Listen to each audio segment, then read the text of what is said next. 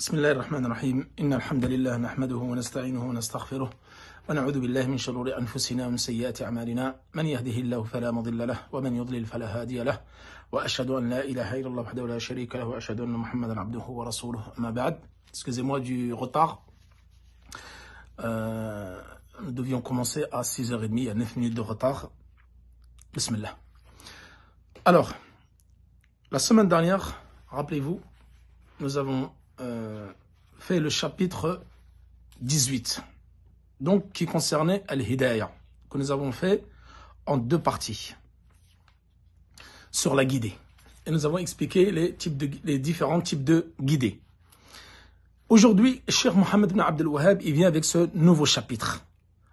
Babun ma ja'a anna sababa kufri bani adama wa tarkihim dinahum huwa al-ghulu fi as-salihin. La cause de la mécréance et du délaissement de la religion par les êtres humains est l'exagération qu'on appelle le ghulu, qu'on va définir ici au sujet des pieux. Et c'est Cheikh Mohammed ibn Abdel Wahhab, il évoque donc un verset, ensuite il évoque le hadith d'Ibn Abbas, la parole d'Ibn al-Qayyim, ensuite il revient avec un hadith d'Ibn Omar, un hadith d'Ibn Abbas et un hadith d'Ibn Mas'ud que nous allons expliquer aujourd'hui, bi-fadlillah. Ce chapitre-là, il est très important. Pourquoi?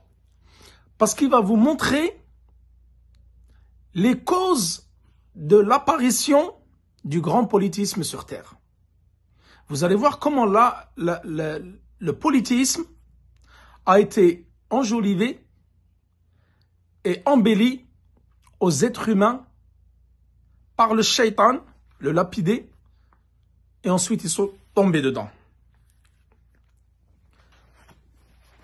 Donc le fait que le shirk, le grand shirk soit apparu sur terre, avant cela, les enfants de Adam alayhi salam, ils étaient sur le tawhid. Donc Adam alayhi salam, lorsqu'il a été expulsé du paradis, il est descendu sur terre. Ils étaient à al-fitra, sur la saine nature, et ils étaient sur le tawhid. Ils adoraient Allah subhanahu wa ta'ala sans rien lui associer. Lui et plusieurs générations de ses enfants, petits-enfants, etc. Comme on dit les savants, comme on dit Ibn Abbas, entre Adam alayhi salam et Nouh, il y a eu 10 siècles, c'est-à-dire 1000 ans, où les gens étaient sur le tawhid sincère et exclusif à Allah subhanahu wa ta'ala. Suite à cela, il y a eu des événements qui ont fait que le shirk est apparu sur terre. Et suite à cela, Allah subhanahu wa ta'ala a envoyé donc Nouh. Et nous allons parler de tout cela en détail, Inch'Allah, dans ce chapitre. Donc rappelez-vous, dans les différents chapitres précédents, Cheikh Mohammed ibn Abdel Wahhab, il a énuméré différents types de polythéisme, qu'il soit mineur ou majeur. Mais nous avons vu souvent le majeur. Et les polythéismes mineurs, nous allons en citer quelques-uns au fur et à mesure des chapitres, tels que le fait de porter des amulettes, tels que le fait de jurer par autre qu'Allah, Yasir Riya, l'ostentation, la petite ostentation, nous avons dit que ça faisait partie du polythéisme mineur. Al-Ghulu, Bab ma ja'a ana sabab Kufri bani Adam, c'est-à-dire que la mécréance qui est apparue, et donc le polythéisme sur terre, quelles en sont la cause? Et le fait que les gens, c'est-à-dire les générations précédentes, qui étaient les descendants de Adam alayhi salam, c'est le fait d'avoir délaissé la religion. Donc il va y avoir deux causes ici, au délaissement de la religion et la mécréance. Donc ça va être le fait d'être tombé dans Al-Shirk al-Akbar, et la cause d'être tombé dans le grand polythéisme, c'est la science qui a été délaissée. Donc le fait que la science a été délaissée, les gens petit à petit sont tombés dans le grand polythéisme, et comme nous l'avons vu dans les chapitres précédents, comme a dit Ibn al-Qayyim, il dit Al-ilm shajaratu kulli khayr, c'est-à-dire que la science, c'est l'arbre de tout bien. Wal-jahl shajaratu kulli shar, et l'ignorance, c'est l'arbre de tous les maux. Dès que la science fut enlevée, elle est partie, alors l'ignorance s'est installée et les gens se sont égarés et le politisme est apparu, la mécréance et le délaissement de la religion. D'où l'importance de toujours s'accrocher à la science. C'est elle qui va te permettre de t'accrocher à ta religion et de ne pas tomber dans le politisme.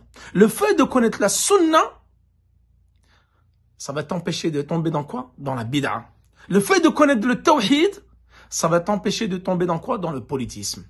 D'où l'importance d'étudier Kitab al-Tawhid et d'étudier sa religion et de revenir aux savants pour que la science soit tout le temps diffusée et l'ignorance levée et combattue et ainsi le tawhid propagé et la bid'a réfutée et le shirk également.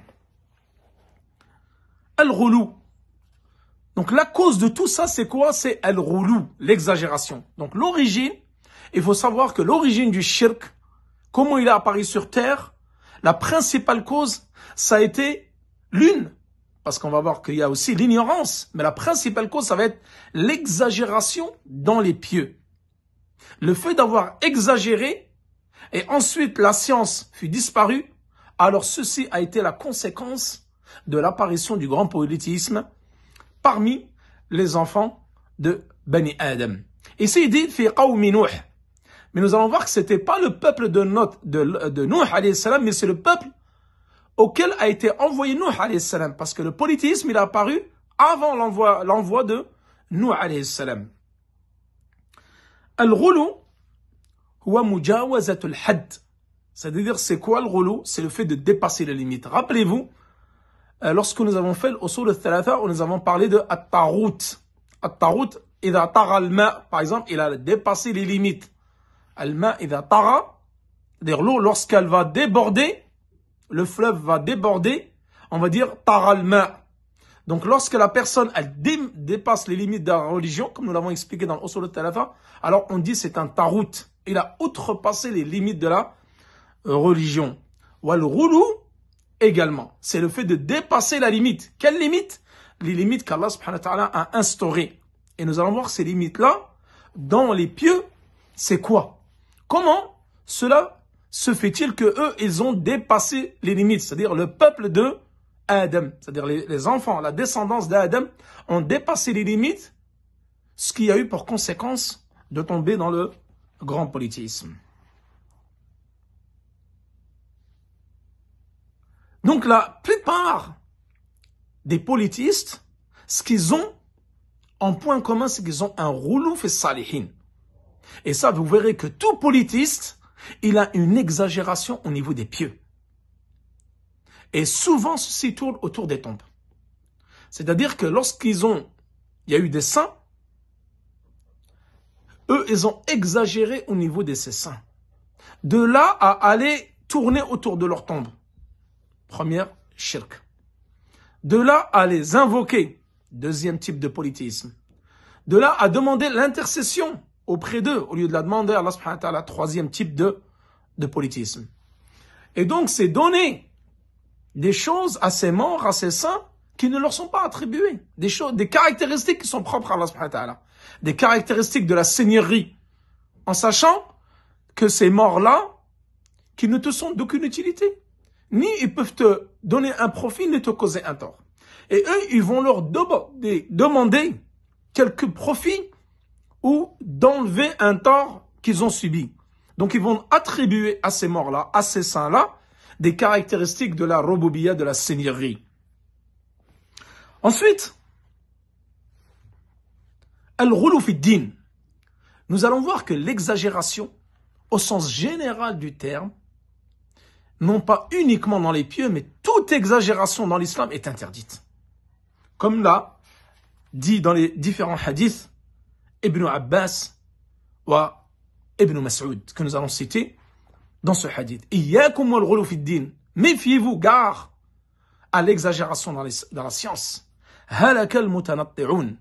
C'est-à-dire qu'ils se sont égarés, ceux qui ont exagéré dans la religion.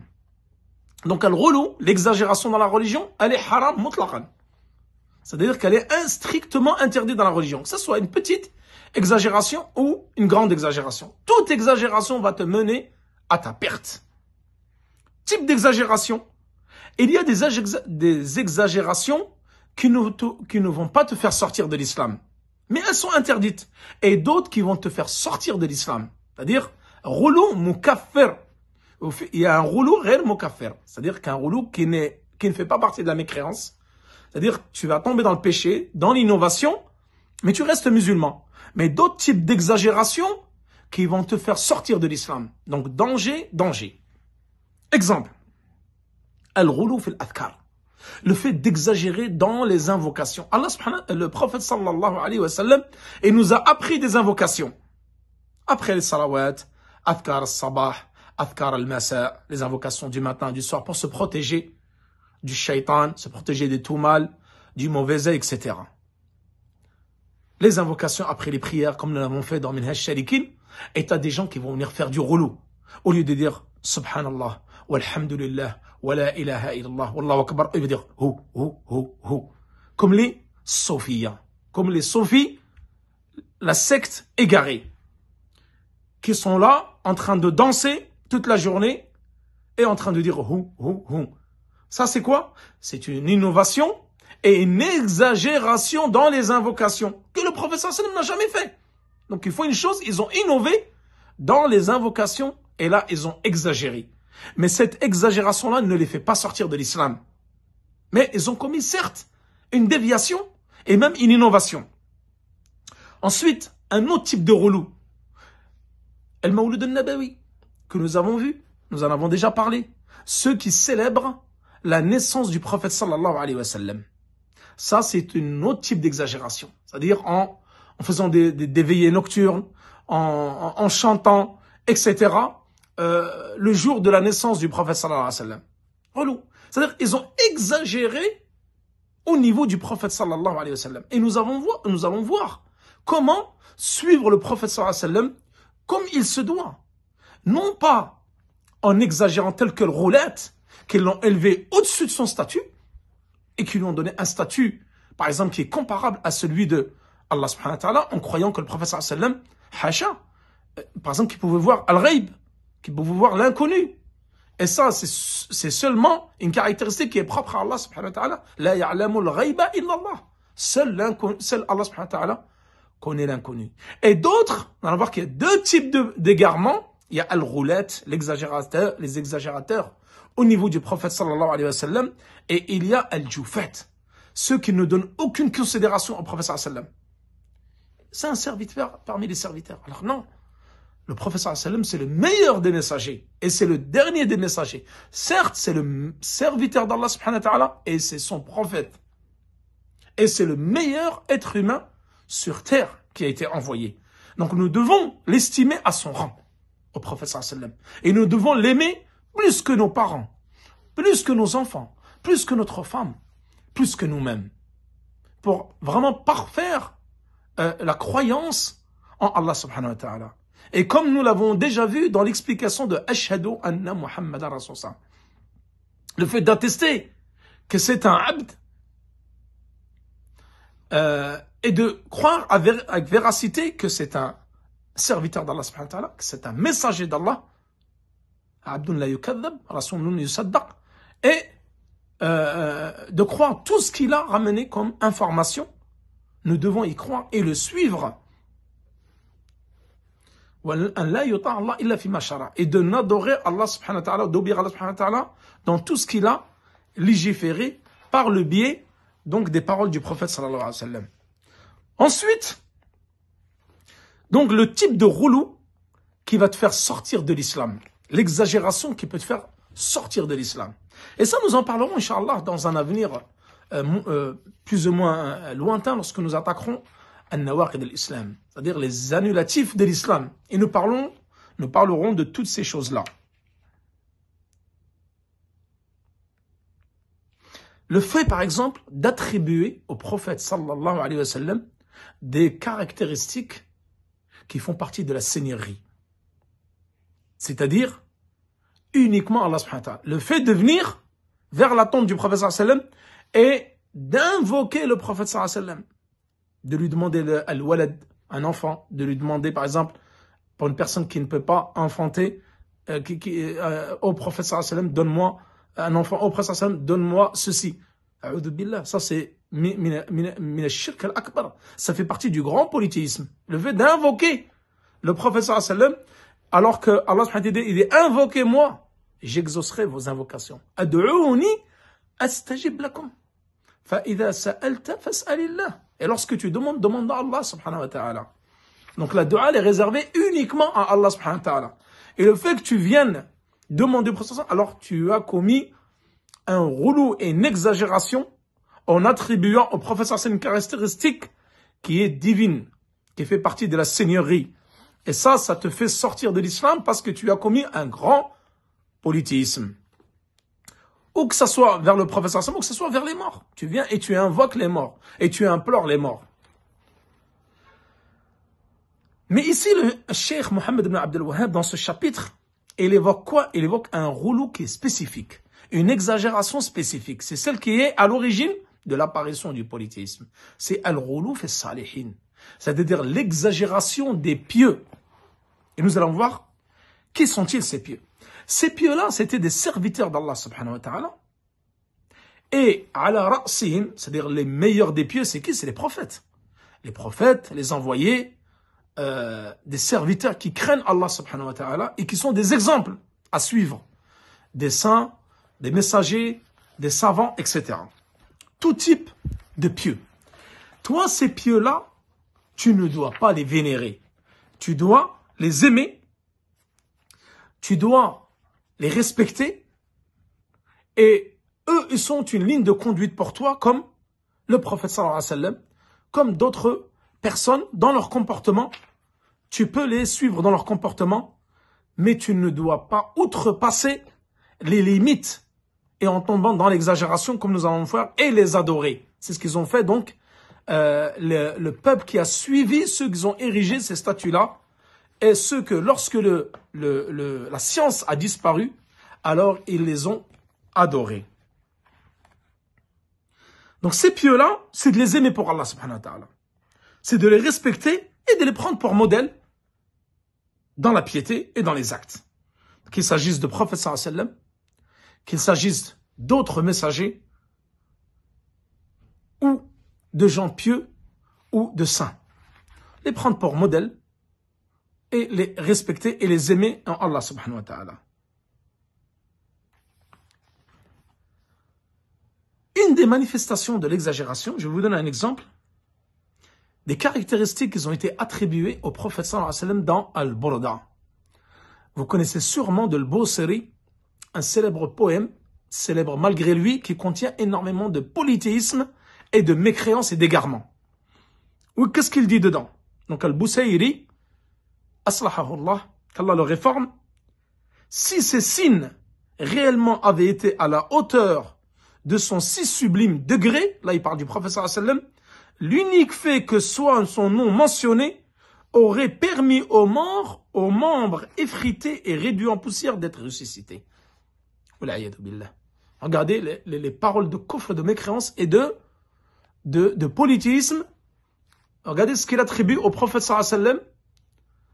Chose que tu peux attribuer qu'Allah subhanahu wa ta'ala. Caractéristique de la seigneurie, lui, il l'attribue au prophète sallallahu alayhi wa sallam. Donc c'est un poète égaré qui a dit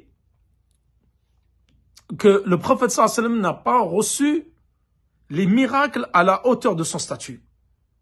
Et même certains qui ont expliqué ce commentaire-là, Al-Burda, sont allés encore plus loin. Ils ont affirmé, même le Coran n'est pas à la hauteur de la mission prophétique, du statut prophétique. Il dit que le seul miracle pouvant être à la hauteur de son statut serait qu'en mentionnant son nom, les morts réduits en poussière et de toute trace disparue dont les os se sont effrités. Donc, vraiment de l'égarement sur égarement. Ça, c'est vraiment une exagération, un type d'exagération envers le prophète sallallahu alayhi wa sallam. Donc, qu'est-ce qu'il dit? Nous allons attaquer le premier verset. Allah Ta'ala, il dit, Ya ahl al-kitab, la taghlu fi dinikum. Surat An-Nisa, verset 71. Aux gens du livre, n'exagérez pas au niveau de la religion. Là, aux gens du livre. Donc là, c'est qui? C'est les chrétiens et les juifs. N'exagérez pas dans votre religion. Allah subhanahu wa ta'ala a interdit aux gens du livre d'exagérer dans la religion. Mais ce verset-là, il incombe également à la communauté du prophète sallallahu alayhi wa sallam. Ce qui a été interdit dans la législation des peuples antérieurs à nous, l'est également interdit pour nous, comme c'est le cas ici. C'est-à-dire, n'exagérez pas dans la religion, mais ça concerne également le cas du prophète sallallahu alayhi wa sallam, lorsqu'il va s'adresser à la communauté, de ne pas exagérer par rapport à lui, ni dans la religion, comme nous allons le voir dans les hadiths. Donc Allah subhanahu wa ta'ala, il a interdit l'exagération dans la religion pour les juifs et les chrétiens, mais cela incombe également pour nous de ne pas exagérer dans la religion. Et l'exagération dans la religion a été pratiquée par les juifs et par les chrétiens. Les juifs, ils ont dit Uzair, c'est le fils d'Allah. Ils ont exagéré. C'est-à-dire que les juifs ont dit Uzair, c'est le fils d'Allah, dans leur égarement, et les chrétiens ils ont dit Isa, c'est le fils d'Allah. Donc les deux se sont égarés. Mais ceux qui se sont égarés le plus, ce sont les chrétiens. Qu'est-ce que, lorsqu'on lit Surat al-Fatiha tous les jours, on dit Ihdina as-sirat al-mustaqim, guide-nous sur le droit chemin, sirat alladhina an'amta alayhim, le chemin de ceux que tu as comblés de bienfaits. Comme nous l'avons déjà expliqué dans les conditions de la prière pour Surat al-Fatiha. Ghayril maghdubi alayhim wa lad-dallin. Ghayril maghdub, c'est qui? Et pas ceux contre qui tu es en colère. Ce sont les juifs. Wala dhalin, c'est qui? Les égarés. C'est les chrétiens. Car les juifs avaient la science, mais ne la mettaient pas en pratique. Allah subhanahu wa ta'ala était en colère contre eux. Les chrétiens n'avaient pas de science. Ils adoraient Allah en toute méconnaissance. C'est-à-dire avec ignorance. Et nous, les musulmans, nous adorons Allah subhanahu wa ta'ala avec science et pratique. Et ça, nous en avons parlé au début des trois fondements. Al-usul al-thalatha. Al-ilm, wal-amalu bihi, wal-da'watu ilayhi, wal-sabru ala al-adha. La science, tu l'as fait suivre de la mise en pratique, appelez à cette science, appelez à ce tawhid, appelez à cette religion d'Allah. Et patientez. Car lorsque tu vas appeler à Allah, tu vas être persécuté, tu vas être critiqué et tu vas être attaqué de toutes parts, comme l'a été le prophète sallallahu alayhi wa sallam, comme l'ont été les compagnons, comme l'ont été les prophètes avant lui, Nuh alayhi salam, Houd et tous les prophètes, Ibrahim alayhi salam, tous ils ont été attaqués, on leur a causé du tort. Et les a'imma, les pieux prédécesseurs, l'imam Ahmed, comme vous le savez, tout ce qu'il a subi de la part des Mu'tazila, Cheikh al-Islam ibn Taymiyyah et tant d'autres. Lorsque tu vas appeler au tawhid, lorsque tu vas appeler au sunnah, à la sunnah, tu vas être attaqué de toutes parts par les innovateurs. Les innovateurs, les sectaires, les égarés et les gens de la passion et de l'innovation. Donc ce n'est pas une surprise que d'être attaqué. Et tu dois patienter sur ce chemin-là. Le fait, c'est de patienter sur ce chemin-là. وفي الصحيح عن ابن عباس في قول الله تعالى.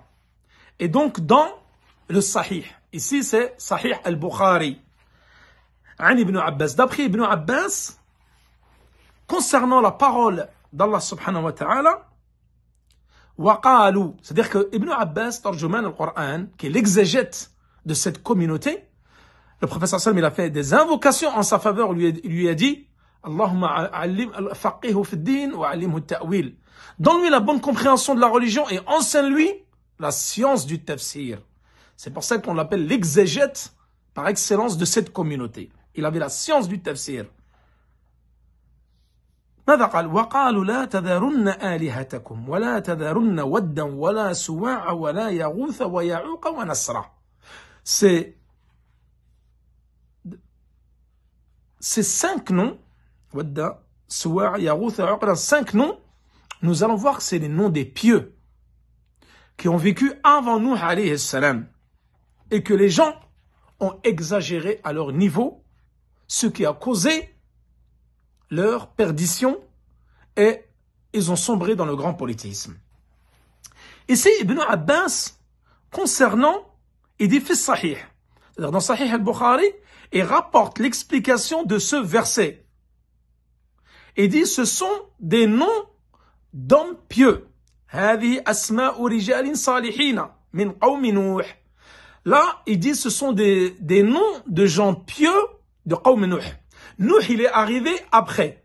Pourquoi on dit Qawm Nuh? C'est pas qu'ils ont vécu comme ils ont dit les explicateurs, ceux qu'ils ont expliqué donc Kitab al-Tawhid et même ce hadith-là, et même expliqué ce verset-là, parmi les exégètes. Ils ne sont pas, Nuh, il n'était pas parmi eux, ces pieux-là.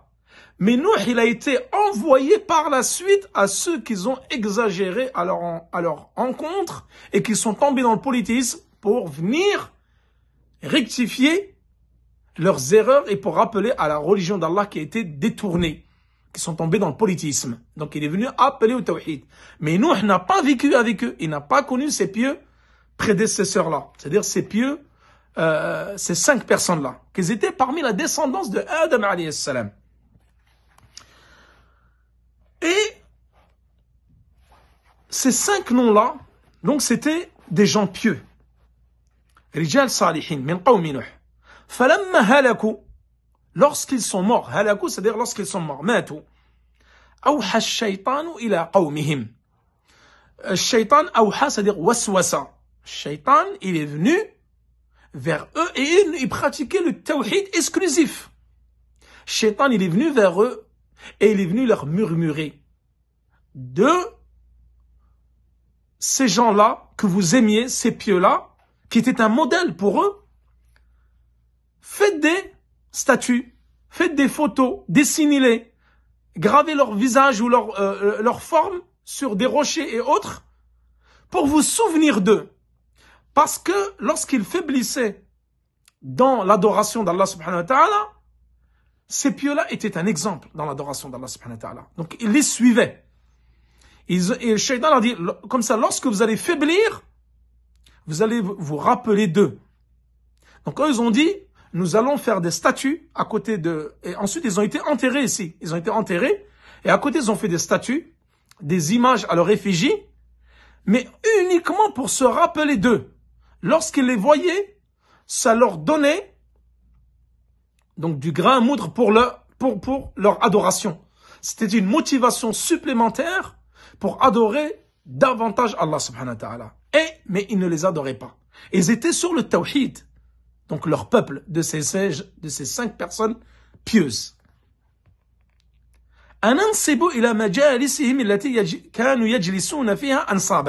C'est-à-dire là où ils s'asseyaient, ces pieux-là, faites des statues. Et les gens, ils ont dit donc, les savants, ils ont dit donc, là où ils s'asseyaient, ils les ont ensuite enterrés juste à côté. L'endroit où ils étaient assis, vous avez l'habitude de s'asseoir, ils les ont enterrés à côté. Donc ces endroits-là où ils étaient assis, faites des statues, ansaban, faites des statues pour vous remémorer de ces pieux-là. Quand vous allez les voir et voir ces statues-là, ça va vous donner de la motivation supplémentaire pour adorer Allah subhanahu wa ta'ala lorsque vous allez avoir un relâchement au niveau de l'adoration. وَسَمُّوهَا بِأَسْمَائِهِمْ. Ces statues-là, ils leur ont donné un nom. وَدَّ وَسُوَعَ وَيَغُوثَ وَيَعُقَ. Ils leur ont donné chacun un nom. فَفَعَلُوا فَلَمْ تُعْبَدْ. Mais ils n'ont pas été adorés par ces peuples-là. Ils ne les ont pas adorés. Juste faire des soirs à leur effigie, des photos à leur effigie, donc soit en peignant, soit en gravant dans la roche, et les statues, et ils étaient comme ça. Dès qu'ils les voyaient, ça leur donnait un coup de fouet, ça leur donnait une motivation supplémentaire pour... Coup de fouet, c'est une expression. C'est pas au sens propre, c'est au sens figuré, pour les motiver à adorer Allah subhanahu wa ta'ala davantage. Hatta idha halaka ulaika wa nusiya al-ilm ubidat. Lorsque ce peuple-là, Et les morts, parce qu'ils avaient la science. Et eux, ils adoraient Allah subhanahu wa ta'ala avec le tawhid. Ils avaient la science et le tawhid. Ils n'étaient pas égarés. Lorsqu'ils sont morts, regardez, la cause de l'égarement, la science fut levée. C'est-à-dire qu'elle a disparu parce qu'ils avaient la science. Et la génération qui est venue après eux, ils n'avaient plus cette science. Shaitan, il est venu. Et c'est là que Shaitan, il est venu, il a fait son travail. Shaitan, il va venir égarer qui? Il va venir égarer un savant. Alhamdulillah, savant, il est protégé. Il connaît sa sunna, il connaît son tawhid, il connaît sa religion. Et il va venir égarer l'ignorant qui ne connaît pas, en lui mettant des ambiguïtés. Et là, qu'est-ce qu'ils ont fait? Ils les ont donc adorés. Ils ont adoré ces statues-là. Et c'est là qu'est apparu le plus grand des péchés, c'est-à-dire le polythéisme, et la première fois qu'est apparu le polythéisme sur terre. À ce moment-là. Et Shaitan, comme ils disent les explicateurs de Kitab Tawhid dans ce bab, il a attendu très très longtemps. C'était quelqu'un de très patient. Parce qu'à cette époque-là, la descendance d'Adam alayhi salam vivait très longtemps. Nuh alayhi salam, il a vécu combien? Plus de 1000 ans. Il a appelé à Allah subhanahu wa ta'ala. En plus, Nuh, il est venu après eux. Allah subhanahu wa ta'ala l'a envoyé après. Lorsque le shirk il a apparu sur terre, alors Allah subhanahu wa ta'ala, la religion d'Allah a été modifiée. Donc il a envoyé Nuh alayhi salam pour appeler au tawhid. Il est resté parmi eux des centaines d'années, 950 ans, à appeler à la ilaha illallah. Et les gens qui disent maintenant tawhid, on l'enseigne en 10 minutes. 10 minutes le tawhid, c'est simple. Et Nuh, lui, 950 ans, a appelé à quoi? Au tawhid. Et la preuve, c'est le tawhid, il était simple et facile. Pourquoi il y a tant de politisme dans notre communauté, dans nos pays? Énormément de politisme. Les gens, ils viennent même ici, à Médine, pour faire du politisme. Combien de fois, les gens ici de la mosquée, les responsables de la mosquée du prophète sallallahu alayhi wa sallam, ils ont trouvé des petits talismans avec du shirk écrit dedans. Et ils jettent ça vers le Baqi', vers le cimetière, où sont enterrés les femmes du prophète sallallahu alayhi wa sallam et les compagnons. Et même ceux qui meurent actuellement en Médine, ils les enterrent au Baqi'. Il y a du shirk. Ils viennent pour faire du politisme dans les endroits les plus sacrés du monde, à savoir Médine et Mecca. Ils vont vers Ghar Hira, comme nous avons là où la révélation elle est apparue, et ils vont faire du shirk là-bas, où il y a billah. Cela prouve que le tawhid n'est pas assez enseigné. S'il était enseigné correctement et appliqué, le shirk les gens ne seraient pas dans le shirk. D'où l'importance d'enseigner aux awam, aux gens de la masse, l'importance de l'unicité pour ne pas tomber dans le pire des péchés qui ne sera pas effacé le jour de la résurrection. Si tu meurs sur ce péché-là, c'est l'enfer pour l'éternité sans jamais en sortir.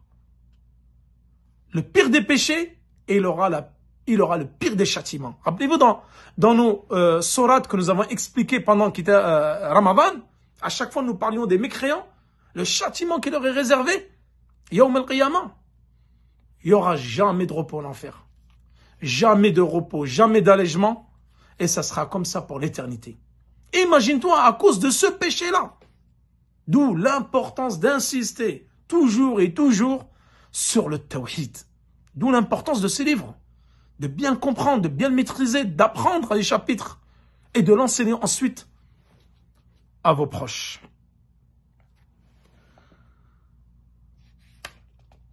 Donc, Shaitan, il est venu et petit à petit, il leur a embelli leur action.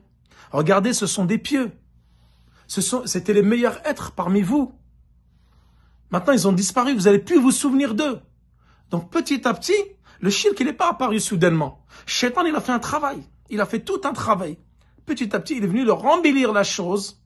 Et vu que l'ignorance s'est propagée dans leur communauté, petit à petit, s'est installé donc le polythéisme et ils sont tombés dedans. Ensuite, ils ont commencé à adorer ces statues-là, vénérer donc ces pieux-là.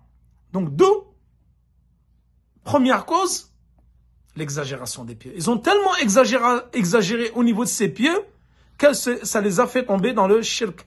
Et aussi dû à leur ignorance. Donc les deux principales causes de l'apparition du shirk, l'exagération au niveau des pieux et l'ignorance qui s'est répandue en leur temps. Donc là, lorsque la science a disparu, alors cela a fait place à l'ignorance qui, comme je l'ai dit, l'ignorance c'est l'arbre de tout mal.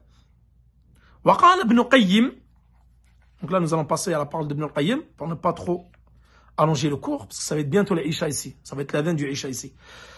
وقال ابن القيم قال غير واحد من السلف لما ماتوا عكفوا على قبورهم. Plus d'une personne parmi les salafs, ils ont dit لما ماتوا, c'est-à-dire lorsqu'ils sont morts, عكفوا على قبورهم.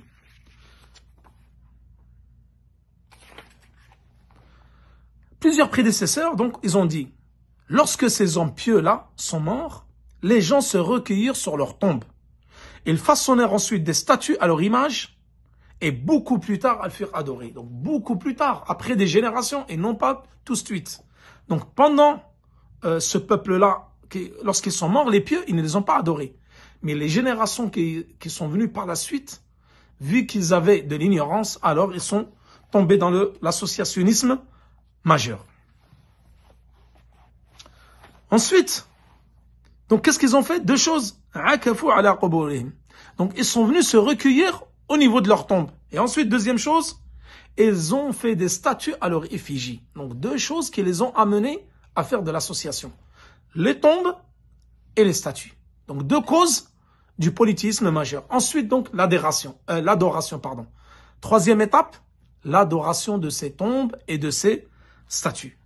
Ensuite le hadith de Ibn Omar. وعن عمر رضي الله عنه أن رسول الله صلى الله عليه وسلم قال لا تطروني كما أطرت النصارى ابن مريم إنما أنا عبد فقولوا عبد الله ورسوله أخرجه. Là, qu'est-ce qu'il dit Omar ibn Khattab radiyallahu anhu? Il dit, le prophète sallallahu alayhi wa sallam dit, ne me couvrez pas exagérément d'éloges, comme ce fut le cas des chrétiens concernant Isa, fils de Maryam. Je ne suis qu'un serviteur. Allahu Akbar. Donc je ne suis qu'un serviteur. Dites par conséquent, serviteur et messager d'Allah, rapporté par Al-Bukhari et Muslim. Ici c'est l'adhan, c'est adhan al-Isha.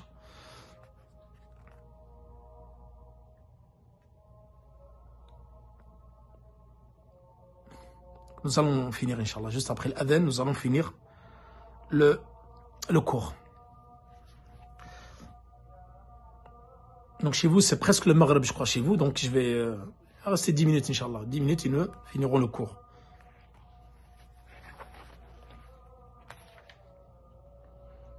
Muhammad Rasulullah sallallahu alayhi wa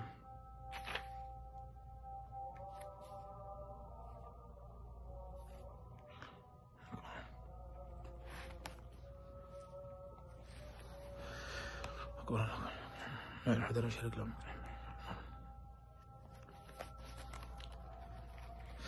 D'accord, l'adhan est fini, nous reprenons le cours. Excusez-moi pour la petite pause de 2 minutes. Donc là, Omar ibn Khattab radiyallahu anhu, il rapporte ce hadith du prophète sallallahu alayhi wa sallam. Qu'est-ce qu'il dit? Donc n'exagérez pas dans vos éloges me concernant, ou ne me couvrez pas d'éloges exagérément, comme l'ont fait qui? Les chrétiens vis-à-vis de Isa alayhi salam. Mais dites plutôt, je suis le serviteur d'Allah et son messager. La tutruni. Al-itra, c'est quoi? C'est l'ifrat fi al-madh. C'est l'exagération dans les éloges. Al-itra, ici, c'est le fait d'exagérer dans les éloges. Mujawazat al-hadd fi. Donc de dépasser les limites concernant cela. Et ça, le professeur Saïd dit, Ana abdullahi wa rasuluh. Le fait de dire je suis un serviteur d'Allah et son messager, hada raddun ala al-jufat wa raddun ala al-ghulat. C'est une réfutation contre les djoufat, ceux qui donnent aucune considération au prophète sallallahu alayhi wa sallam, qui le diminue de son rang élevé, qui est le meilleur des messagers et le dernier des messagers. Et c'est une réfutation à qui? une réfutation aux exagérateurs qui l'ont élevé au-dessus de son rang. Donc là,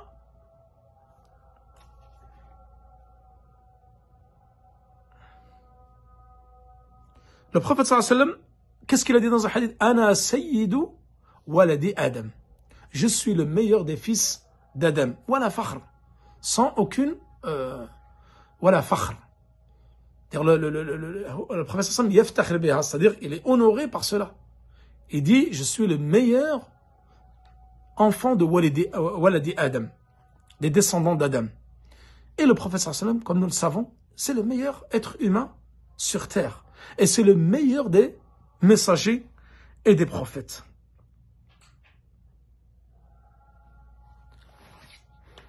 Ensuite, le prophète sallallahu alayhi wa sallam, qu'est-ce qu'il dit? N'exagérez pas concernant les éloges. Je suis qu'un simple serviteur d'Allah subhanahu wa ta'ala. Le fait de dire un serviteur, ça, c'est une réfutation aux roulettes. C'est-à-dire ceux qui ont exagéré concernant le prophète sallallahu alayhi wa sallam. Je suis qu'un serviteur, Abdullah. Ne me donnez pas des caractéristiques qui ne me sont pas attribuées. Je suis qu'un simple serviteur d'Allah. Donc ne pas lui donner des caractéristiques de la seigneurie. Wa rasuluhu. C'est-à-dire, je suis le messager d'Allah. Et ça, c'est une réfutation à qui? Al-Jufat. Ceux qui ont amoindri, qui vont baisser le degré du prophète sallallahu alayhi wa sallam. Et je suis le messager d'Allah. Ensuite, Ibn Abbas, qu'est-ce qu'il dit? رضي الله عنهما قال رسول الله صلى الله عليه وسلم إياكم والغلو فإنما أهلك من كان قبلكم الغلو. حديث صحيح. Ici, Ibn Abbas, qu'est-ce qu'il dit? Il rapporte d'après le hadith de Ibn Abbas, naam. Méfiez-vous de l'exagération. Iyyakum, gare à l'exagération. Car c'est ce qui a causé la perte des générations qui vous ont précédé. C'est-à-dire les juifs, les chrétiens qui se sont égarés parce qu'ils ont dit Uzayr ibn Allah, c'est le fils d'Allah, et les chrétiens qui ont dit Isa alayhi salam, c'est le fils d'Allah. Donc, cette exagération concernant Isa alayhi salam ou Uzayr, ça les a égarés. Et les peuples pour lesquels Nuh a été envoyé. Donc ceux qui ont commis le premier polythéisme sur terre. Et ils ont exagéré au niveau des pieux. Comme les chrétiens, ils ont exagéré au niveau de Isa alayhi salam. Et ça leur a causé leur perte. Hadith sahih.